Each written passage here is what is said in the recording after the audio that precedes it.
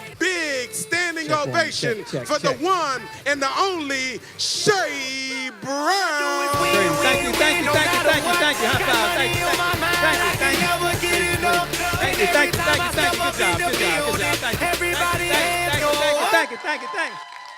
And they stay there, and they say yeah, and they say there. 'Cause all I do is Whoa. Y'all are crazy. Well, it's a great day. That's okay. I don't have no music. Everyone sit down. Well, it's a great day. My name is Shay Brown, and I'm really excited today to be sharing with you the 90-day champion story. Now, how many of you, by a show of hands, just want to make more money by a show of hands? Right? Because you got in business really for two reasons only. One of the main reasons you got in business, what? To make what? And that's one reason. But for some of you, that's not the main reason. But that is one of the reasons. The other reason is that you wanted to have more meaning in the world. And you knew that you wanted all eyes on you while you were out there making a difference, changing lives, and making $1 at the same time. See, here's what I know, is you can make a difference and $1 at the same time. How many believe that by a show of hands?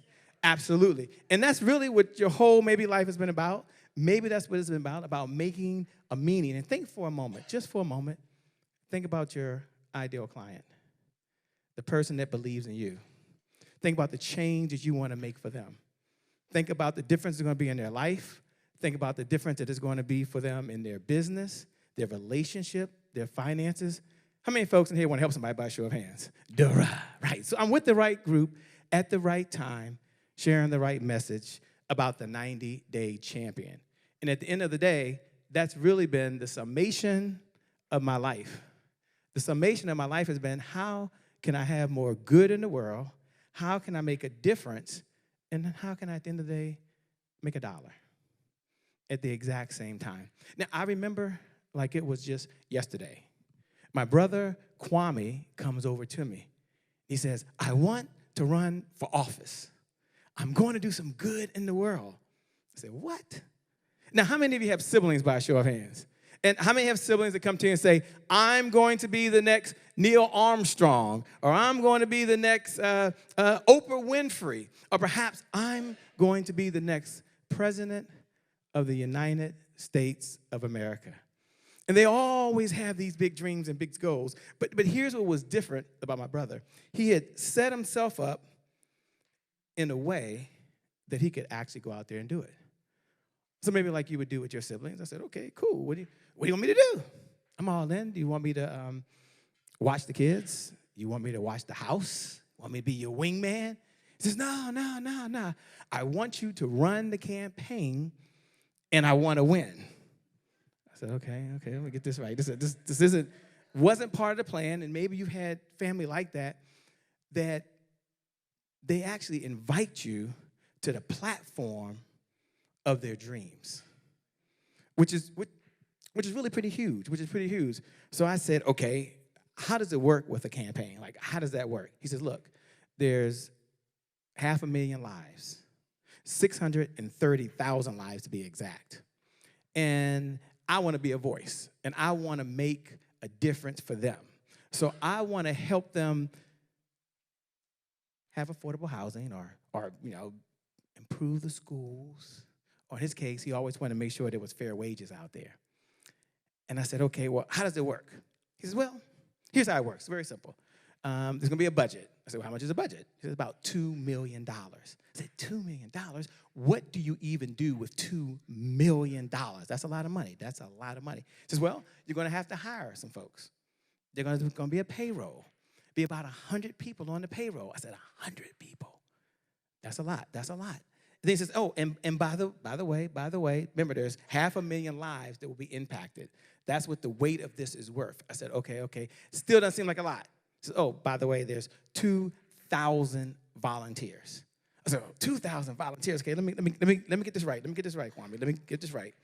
Just so I'm clear, You are a black man with a dream. This is you. This is you. And you want to go impact 500,000 lives, 630,000 to be exact. Yeah, Shay, you got it. You're right on there. You're there. I said, okay. What's the budget going to be again? Shay, it's going to be, what, $2 million. And how many people are we going to need on the payroll? You're going to need 100 people on the payroll. Just so I'm clear. Just so I'm clear. And it's going to be how many volunteers? 2,000 volunteers. I'm like, whew. That's a lot. And so what I didn't know then, I had no idea when that took place, when I agreed to be the political advisor for my brother's campaign to go impact, talk about the weight of the world, 500,000 lives that are dependent on it. I had no idea that 14 years later, being an entrepreneur that I am now, 14 years later, that I would meet a man named Trevor Ott. And we would go on to start a company called Peak Performers Institute.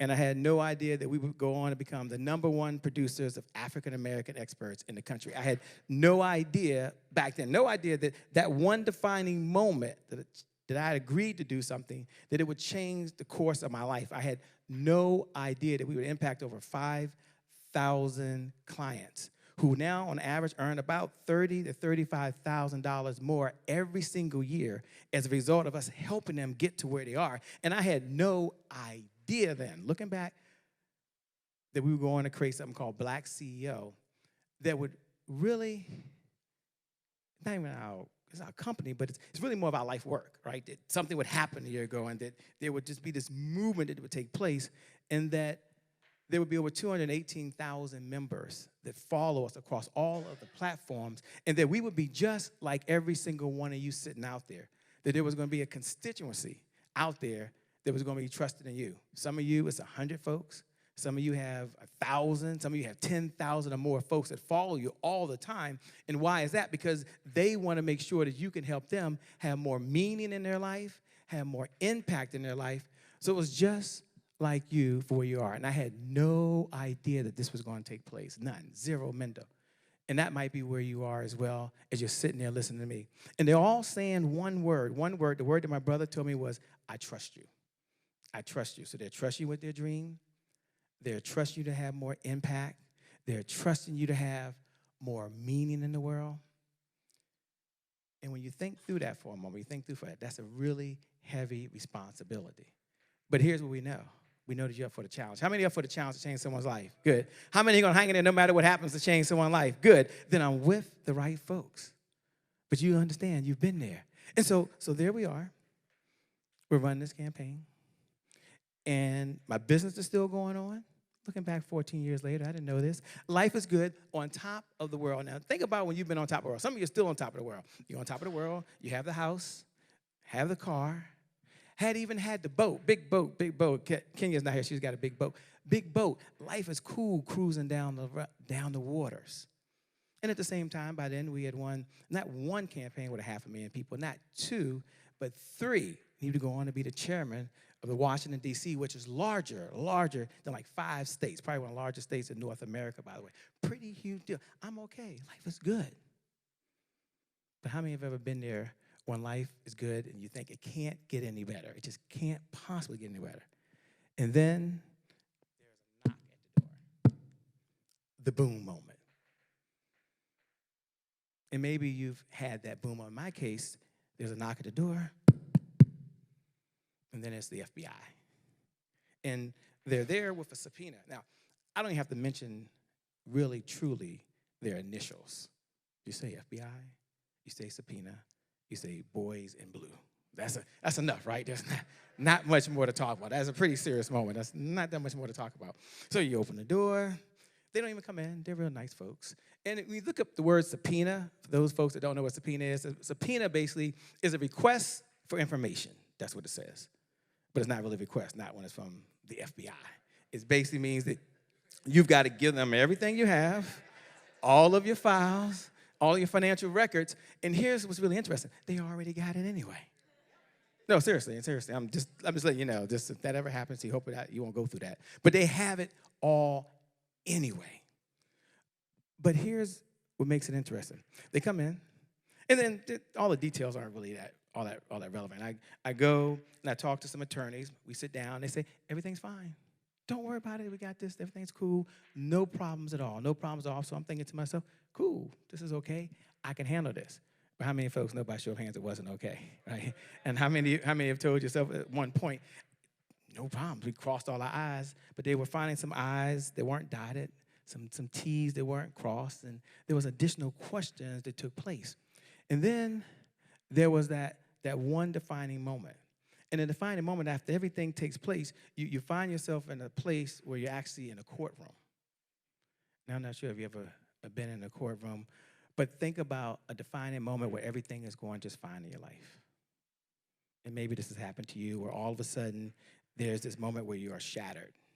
Your belief systems shattered at what you're doing, and you think, you know what, the bottom has just fallen out. It can't possibly get any worse. Maybe that's not your story, and maybe for some of you it is. Maybe it's the story of maybe you went and you used all the money, and you said, wow, how did I find myself in bankruptcy?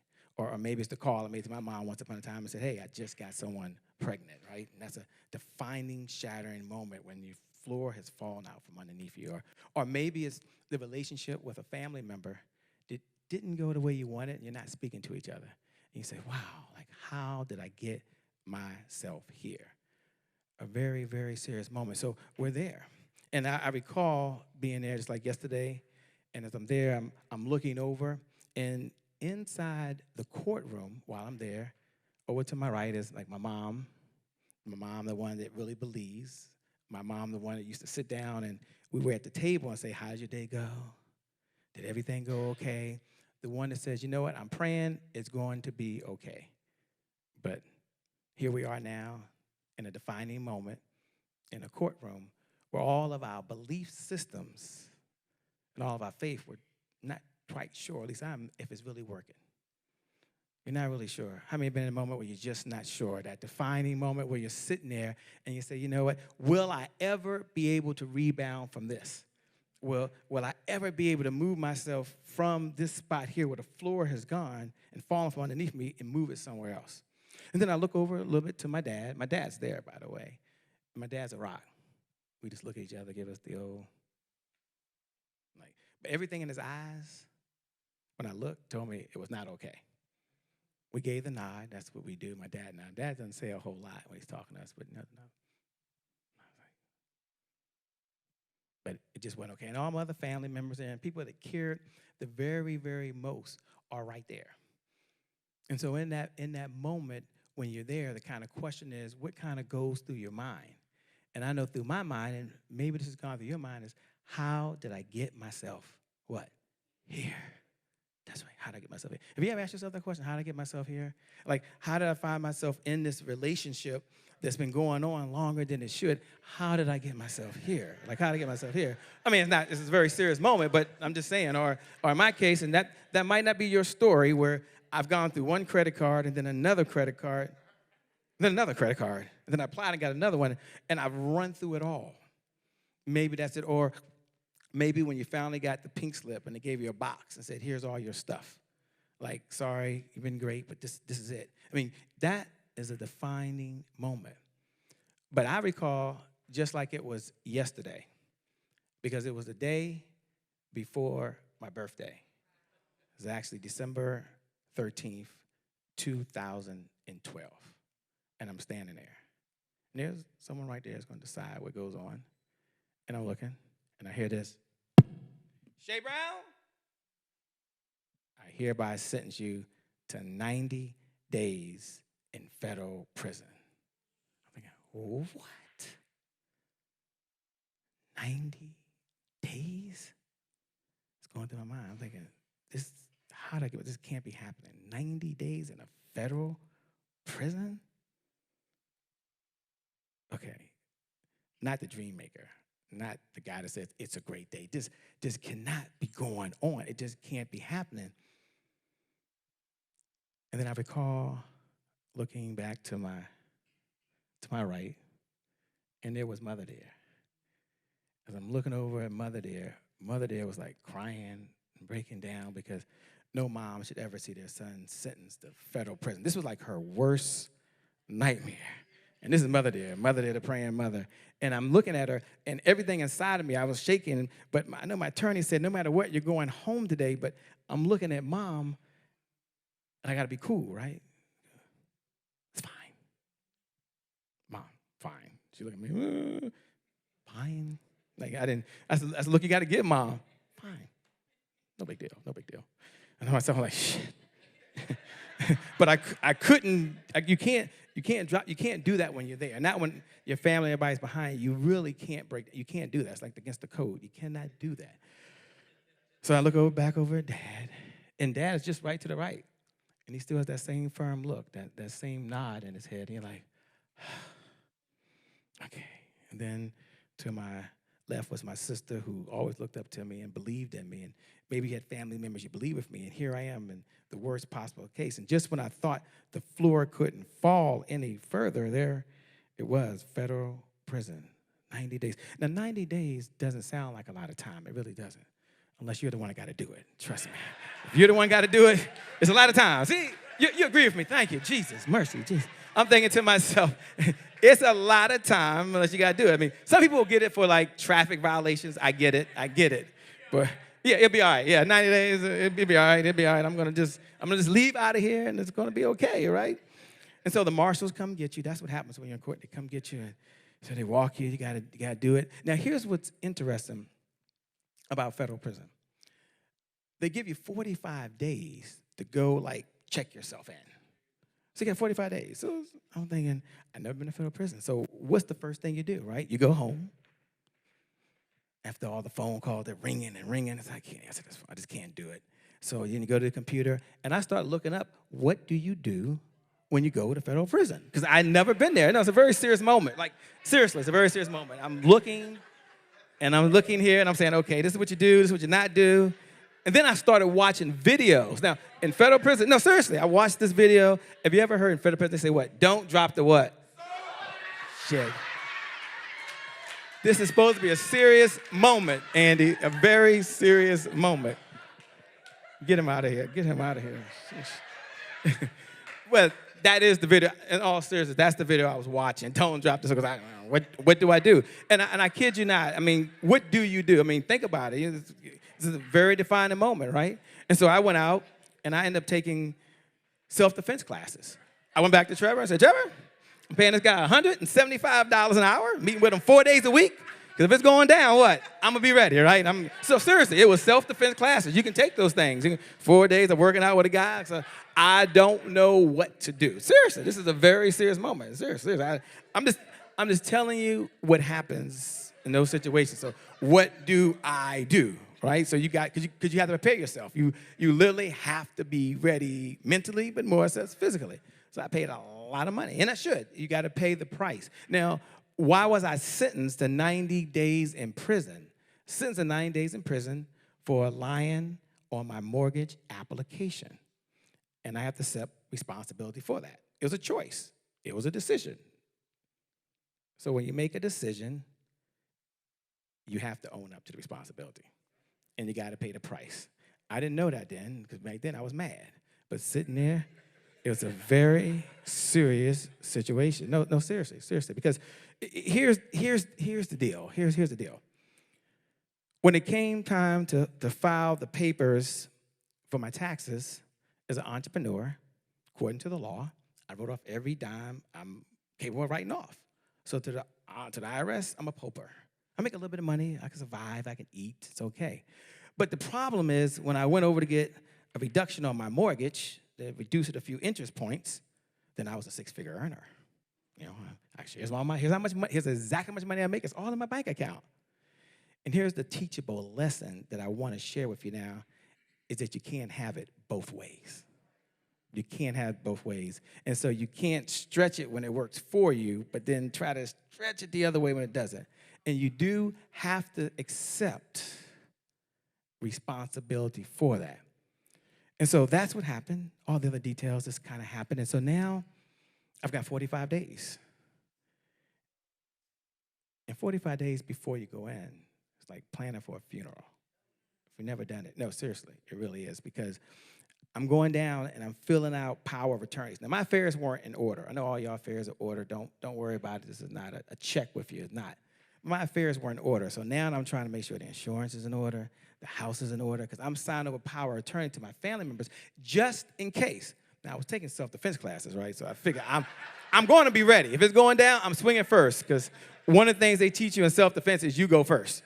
No, seriously. When your parents go and they say, whatever goes, don't think about it. Go. It's only going to be a short time. I can hang for about 2 minutes, right? That's what I was telling myself. 2 minutes, this thing going to be over. But I'm still signing all these papers away. I'm giving out all my passwords to my family, because all that stuff got to be done.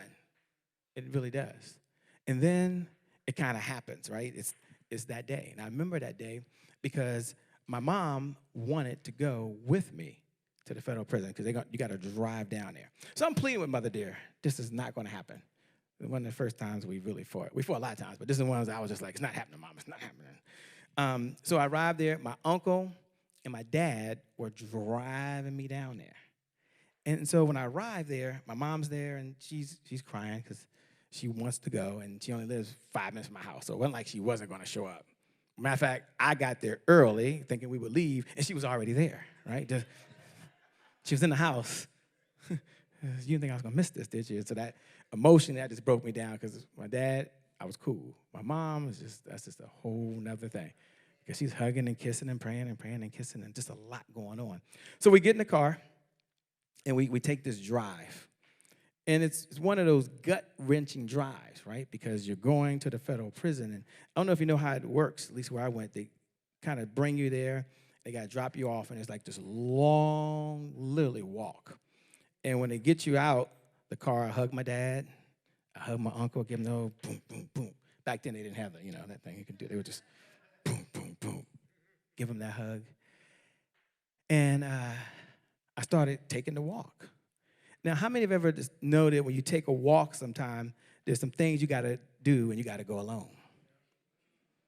You ever found yourself in that situation where no matter who was praying for you, no matter who believed in you, it was something that only you could do, like you had to do it what?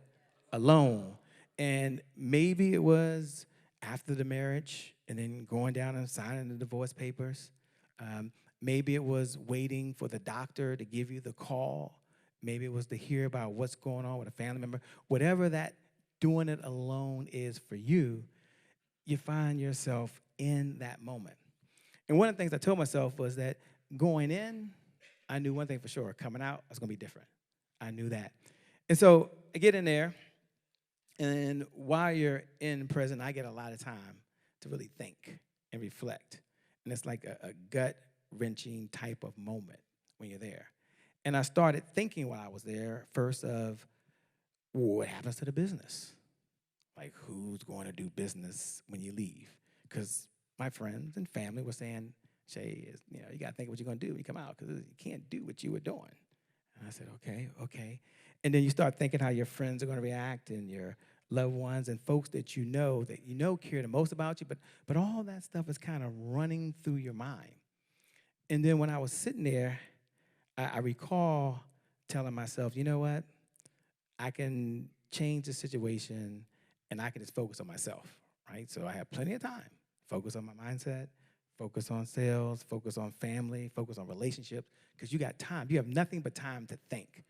And it wasn't a situation where I was going to a mountaintop somewhere. I know like T.I. says it's just a vacation, or Gucci Man, they call it just a vacation. This was serious stuff, right? This was not a vacation. That's what they say. I don't know if you know that. They really say it when they're rapping. Some of y'all don't know about that yet, but when they're rapping, that's what they say. It's just a vacation. But that wasn't the case, right? That wasn't the case. And while I was in there, one of the things I learned, because in sales, they always say the biggest sale you got to make is to yourself, right? But what I learned, something a little bit different, that the biggest sale I ever made was while I was sitting in one. And that's a total different perspective. And so the day came. Finally got to leave out. Good day. And I thought about all the worst case possible scenarios that could happen. And there was a lot of worst case scenarios. And some of them became true. The perception was true. I called some of my friends. I said, hey, what's going on? Hey, Shay, I kind of heard, going to have to distance myself a little while. Let some things go by. That's cool. No worries, no worries. Or I talk to other folks, say, my business can't quite be associated with this, right? Because of your situation, which I understood. I mean, when you got to pay a penalty. There's a penalty that you pay. And my perception got more and more real. And it's probably just me because every time I had that conversation, it just kind of like backs you into a corner. You're like, it's real. It's real. Especially when they call you to tell you they heard and they what? Googled you, right? Because, it's on the front page. You can't miss that thing. And I recall thinking that there were some options I had, right? One option at that time is that I could either keep on going or I could pause. Now, how many have been in that position? We had to make a decision. Was I going to take a step forward or was I going to take a step back, right? There's that chance. There's that time. And some of it started kind of encourage me, but what really kept me going, folks don't know this. I've never shared this. What really kept me going was only one person. And that one person was Mother Dear, right? That one person was Mother Dear. And why was it Mother Dear? Because Mother Dear was so proud of what we were doing. And I remember sitting when I came out, got to go hang out with Mom because it was the first place you're going. Mother, right? She's going to cook a meal, right? You got to have a meal. And that's just, wasn't hungry, but, I knew exactly what was happening. I was not going home. I'm doing this. You're coming to my house. We're going to talk. And I'm going to fix your favorite meal. Well, she did. My favorite meal is chicken. I love that with the stir fry. Couldn't wait to get back to Mom's meal, right? Just couldn't. She even had apple pie. I eat apple pie, by the way. Love apple pie. And it was there waiting for me. The whole pie. This is yours. You're going to take this home. And this is for what? Everybody else, right? Because you're going to take this home with you. You're going to thank me. You're going to want this later. I couldn't wait to get it for you. So I'm sitting there, and I remember talking to her, and I remember telling her, look, I made a promise to her. And I said, Mom, one day, things will be a little different. I said, really? Yeah. One thing, things going to be different tomorrow than they are today. And the promise I make to you, is that you'll be proud one day. The promise I make is that before you call home to glory, my promise is you'll get a chance to see it. You'll get a chance to witness. That was the promise that I made to my mom. So while folks were Googling me, and let me tell you, there was some times when I first came out, and I get an opportunity. Some people still let us speak on their stage. They still let us show up. And when I was talking, every time someone picked up their phone, I was thinking in my mind, they're Googling me. They're Googling me. But I couldn't stop. You can't stop. Because I was thinking, I made this promise to Mom. And I made a decision that I could still help people.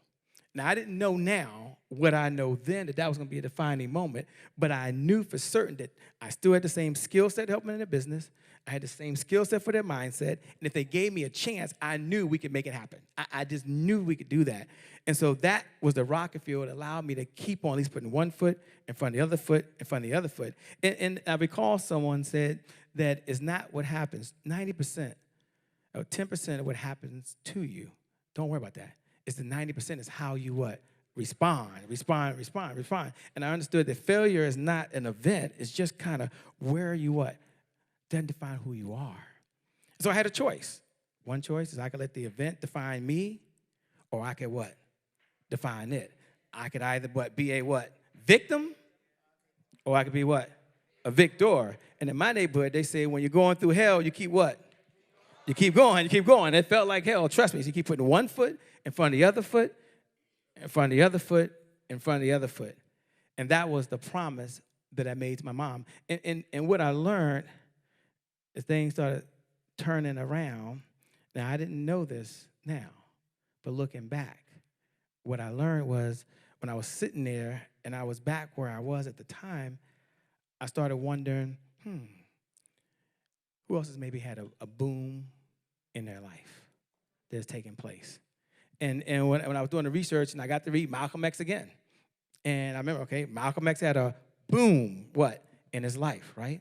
And when Malcolm X had that boom in his life, he could still go out and use his skills to make a change of social conscience. And then I started thinking about Don King. And Don King had a what in his life, do you think? A boom. That's right, a boom in his life. But he still decided to go out and make a change and become one of the greatest promoters. And even Martha Stewart, she had a what in her life?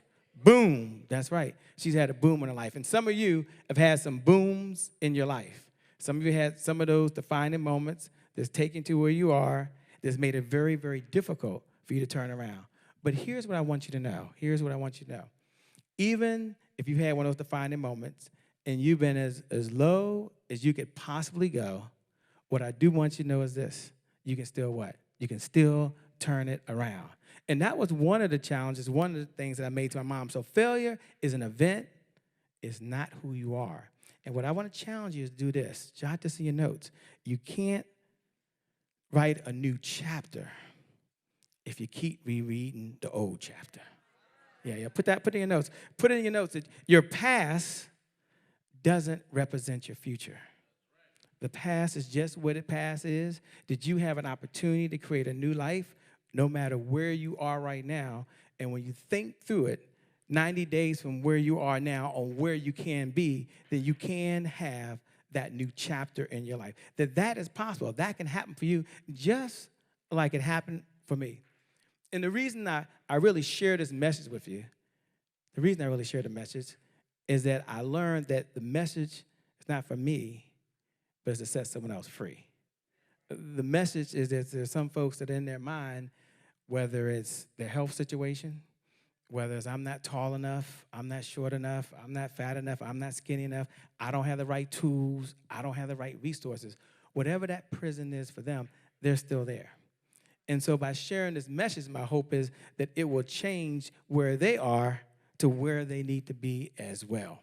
And I know that. So that's one of the reasons why I wanted to share the message, because my belief is that in 90 days that you can change your life. In 90 days, you can turn around, no matter how low it's been. I recall one last time that when I was at the lowest, and I was still in prison.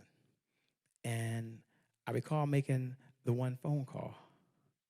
And I'm there, and I had to be there to get one call, and I had to pick up the phone, and the phone was very, very heavy because I was making a call, and I'm like,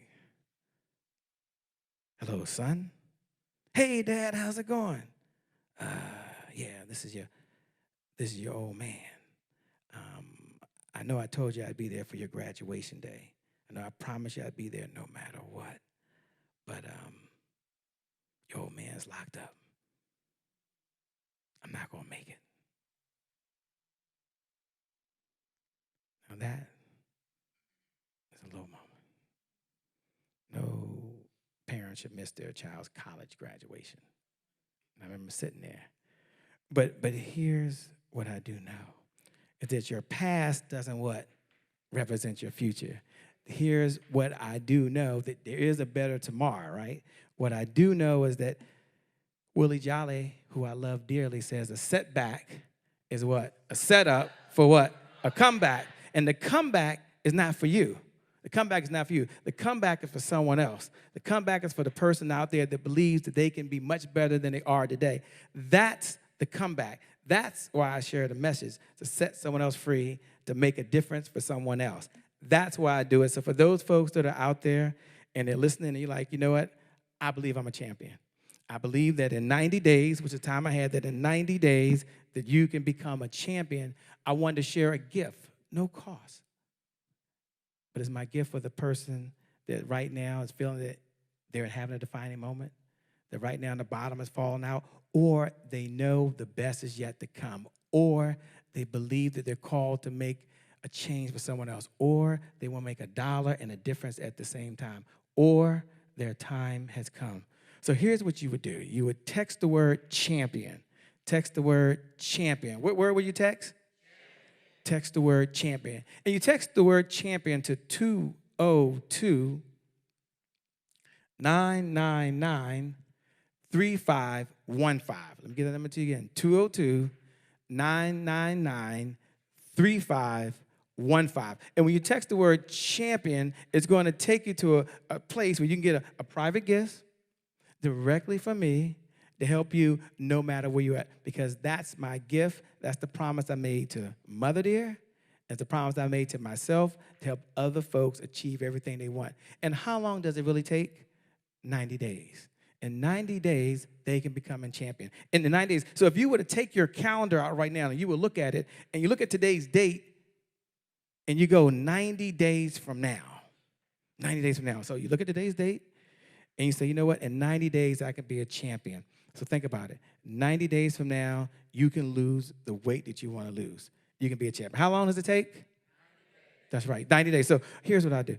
In 90 days, no matter what your income is, so I'll say, and how long? You say 90 days. Can you do that? Okay. And then you just say champion. You don't have to do anything over here. Y'all just sit back and just say champion. Y'all have the easy part. So in 90 days, you can literally look at your bank account, and you can take your bank account from where it is to where you want to go. And how long?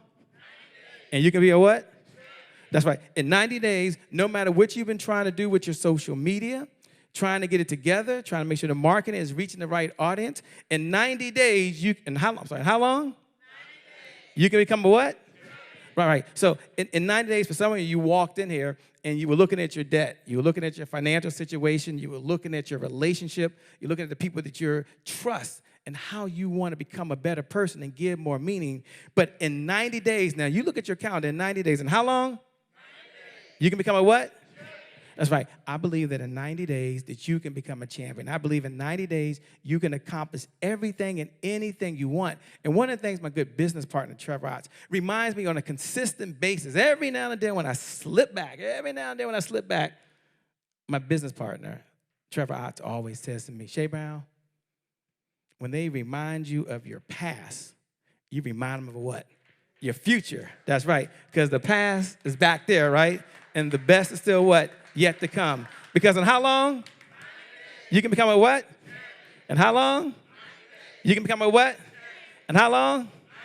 You can become a what? Champion. That's right. In 90 days, you can become a champion. And one of the things I promised my mom is that my ability to see my future will not be held back by what? My past, right? That was the promise that I made to Mother Dear, the promise I make to anyone that's out there. And so the lesson that I learned is that I'm not here so much to help you make sales, although that's what we do. I'm here to help those folks that believe that the best is yet to come. I'm here to let those folks know that have a scar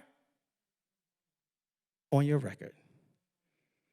And maybe that scar is something that you're not proud about. Maybe that scar is something that you would not want anyone ever to find, that you don't want to be on a mountaintop shouting out it, but it exists for you that's in your past.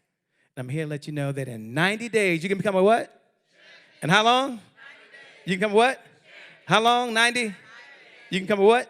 That's right. In 90 days, you can become a champion. That's the lesson I learned, that you still have a rise in you and that the best is yet to come. And that's the promise I made to Mother Dear. So if you're a champion and you're ready to be there, this is your time. You can go to 202-999-3515, and there's only one person. Because in how long did I say it takes? You can come a what? How long? You can come a what? Right. This message is for you to believe that you can become a champion, because in 90 days you can become a what? That's right. That's the promise I made to my mom. I only did this message for one person, and that's my mom. This is for you, Mom. Love you. My name is Shay Brown, the happy entrepreneur. Make it a great day, everyone. Thank you. Thank you. Thank you. All right, Shay Brown. Mic check, mic check. All I do is win, no matter what. Got money on my mind, I can never get enough. And every time I step up in the building, everybody hands go up. Yes. Yeah. And they stay there, and they stay there, and they stay there. Cause all I do is win. Yeah. Thank you. Give it up for Shay Brown. Get to your feet, Shay Brown.